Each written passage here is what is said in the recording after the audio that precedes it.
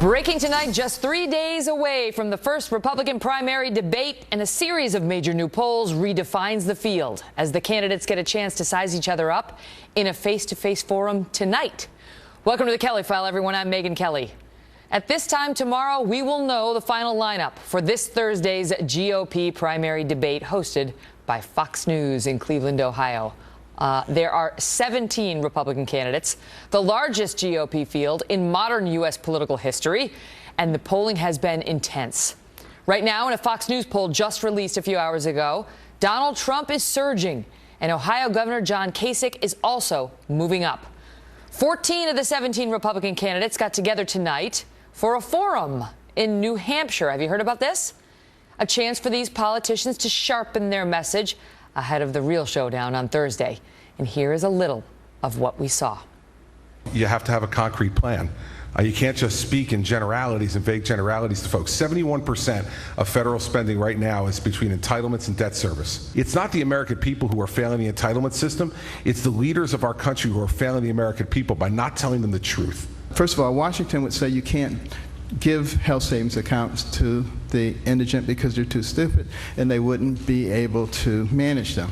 They think everybody's like them. But the fact that it's not true. And in fact, you know, they said that about food stamps, and people learn how to manage food stamps. I would take the advice of the military very seriously. We need a strategy first. This president has, for two times, has admitted that we don't have a strategy as it relates to ISIS. It's pretty amazing. How long have we been talking about the border being insecure? 30 years. How long have we known it was insecure? 30 years. How long has it been insecure? 30 years. We talk a lot at election time, but somehow we never solve these festering problems. It's because the status quo is in charge. Leaders challenge the status quo. For example, in our schools, we no longer have seniority or tenure. We can hire and fire based on merit. We can pay based on performance. That means we can put the best and the brightest in our classrooms. And 4 years later, graduation rates are up. Third grade reading scores are up. ACT scores are now second best in the country. And if it can work in a blue state like Wisconsin, it wasn't too late for Wisconsin. It's not too late for America. And I am the one candidate who will do that. I'm the one candidate who has stood up to the president and say, no more. We're not going to let you collect our phone records indiscriminately with a generalized warrant. The only way we're going to turn this country around, stop the spending that's bankrupting our kids and grandkids, stop the abuse on our Constitution, the abuse on our liberties, is with a leader with a demonstrated history of standing up to the Washington cartel. What we need now are leaders that understand this new era, that have clear ideas, as I have offered, about how to modernize our economic policies to fully benefit from all the opportunities of the new economy, and also ideas about how to restore not just American prestige in the world, but our military power, our ability to stand with our allies, and our ability to anticipate crisis before it develops and threatens the safety of our people. Wow. Joining me now, Fox News digital politics editor Chris Stirewalt. It's fascinating, isn't it, to see them, you know, practicing up to before they have to stand next to each other. In this forum, they were on a standalone basis, and you can see them smiling and laughing at each other and sort of being good-natured about it. Trump was not there, but on Thursday night, it's going to be a different story. It's going to be mano a mano, elbow to elbow. I don't know how you say elbow in Spanish. And ask Jeb Bush. And they're going to be dusting it up a lot more. Dry run, or was this was separately independent because it took place in New Hampshire? Well, it took place in New Hampshire. It was a coalition of South Carolina, Iowa, and New Hampshire, and these early states that say that they should have their voice. But you know what's interesting? An amazing thing has happened on the way to the Fox debate. The polls in the early states end up looking a lot like, now the orders are reversed. Some states, Walker's number one, but he's number two someplace else, and Trump's number one here and here, but not there. But when you take the average of all the polls, it looks an awful lot like the national poll. So what's happening is we, the Fox News channel, has created the pivot point, or the Republicans have created the pivot point by setting their schedule. But this debate, the Fox News Facebook debate in Cleveland, is the trigger point where not just the candidates get serious, but the voters get serious. As they answer the questions to pollsters, they think about things in a different way, because they're not really casting their vote for president when they answer these pollsters. They're saying, who do you want to see on the stage? And that's what we'll find out tomorrow. Donald Trump in all these polls is surging. In the one poll, he's got 3-1 over Walker. 3-1 over Walker's number. That's our poll, the Fox News poll. He's got 26% support. Walker's got 9%. Walker's down 15% from mid-July.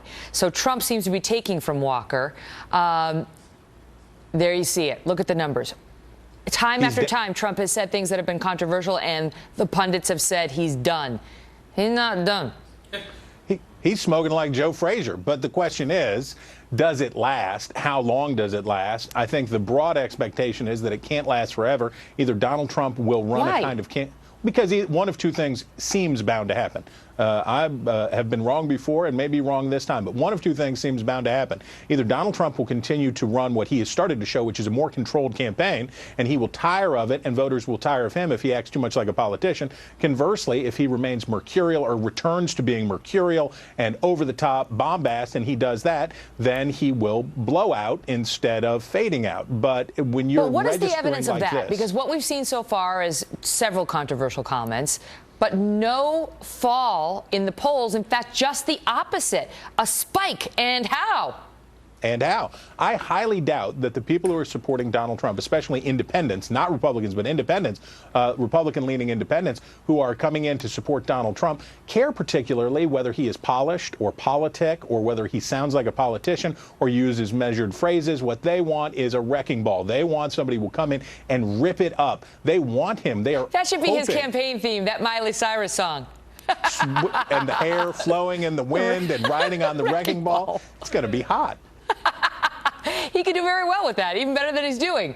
All right, he can come on stage with that. What's the game plan of these other guys? Bush, Walker, these guys who are hovering. They used to be number one. They're not anymore. They're now number 2, number 3, but they lag him by a lot. What's their game plan likely to be going into Thursday night? So you're Bush, you're Walker, you're in a different category. Those guys need to not have a blowout. They need to look like they're presidential. They need to look plausible. For the other candidates, and that probably means avoiding Donald Trump. If Donald Trump attacks them, they've got to have an answer. For the other guys, the question is, do you want to pick a fight with the Donald? Do you, if you are John Kasich, let's say John Kasich makes the stage as it looks like he is likely to right now. If he makes the stage, does he want to get out there and get in Donald Trump's face? Does he want to be the guy that, because he thinks he's a pretty tough guy, that he's going to be the guy who says, Donald, get out of here, you're fired. And by the way, drinking game, the first candidate who uses "you're fired" on Donald, everybody has to chug a whole beer. That'll be awkward because I'll be moderating it. So we'll have a kegerator. I'll be looking at each other like, later? I guess we'll do it later. Chug? Yeah. We like drinking games as much as the next guy and gal. Okay, so it's all about Donald Trump. Trump NATO, as you referred to it before. That's what you say about Thursday night. Well, yes, but it's also about which one of these people look like they could be president of the United States. It's all fun and games till somebody gets to a podium. This is the test that everybody has to pass. This will be the first time that they're really in an identifiable presidential setting. Because look at this. Just to pause you for 1 second, I just want to raise this one poll with you. I want your comments on it. And it shows that Trump, while very, very popular in the polls, also has these high negatives where you see, look, 33% say they would never vote for Donald Trump. He's almost at the top of that poll, behind like Pataki. They're really against Pataki for some reason. And then and Walker's at the bottom of this poll, and that's where you want to be. Very few Republicans say they would never vote for Scott Walker. Right. And you want to be broadly acceptable, but desirable to a few. You want to be broadly acceptable in that a broad swath of Republicans say, yeah, this guy seems okay, but you want to be loyally loved by a few. What Trump has is a high-intensity core surrounded by some bandwagon riders, but he also has a growing number, or at least a stable number, of individuals who say, no way, no how. What happens to those people, the stronger Trump looks, the more they consolidate. And we've said it before, we'll say it again. The greatest beneficiary of the Trump NATO still stands to be Jeb Bush. We've talked about this for a long time. But the weirder things look, the more chaotic things look, the more likely voters are to coalesce behind Jeb Bush in an effort to try to prevent Trump from getting the nomination. So fascinating. We've been having debate meetings every day. Steyerwalt is on them as well, so he knows the question. They're totally easy, no problem. He's not going to tell you what they are. They're not easy. They're not easy for anybody, and that's what we owe our viewers. Great to see you. You bet. See you there. So what does it say that Trump continues to surge? Perhaps at Scott Walker's expense. Guess who's here next? Governor Scott Walker. He's here next, and we will talk with him about the road ahead and a dramatic new twist in the Hillary emails scandal coming up. A judge, compelling Mrs. Clinton and two of her most trusted aides to discuss her unprecedented email setup as Secretary of State under penalty of perjury. Now, Ed Henry is covering the Clinton camp. Judge Napolitano is here on the legal fallout in moments. And I hate to say I told you so, but trust me when I tell you, I told you so. Remember when they said they weren't going to be going back and looking at the old emails to see if they were responsive to any of these public requests? And I said, yes, you will. We'll talk about it in minutes. Plus, breaking news tonight on the Iraq veteran turned police officer who was murdered on the job this weekend. We'll look at what the police chief in this case is now saying about the Black Lives Matter debate just ahead. We have to ask ourselves, do all lives matter, regardless of race, creed, color, economic status, what profession that person holds? All lives matter. And this is just a reminder of how dangerous this job is.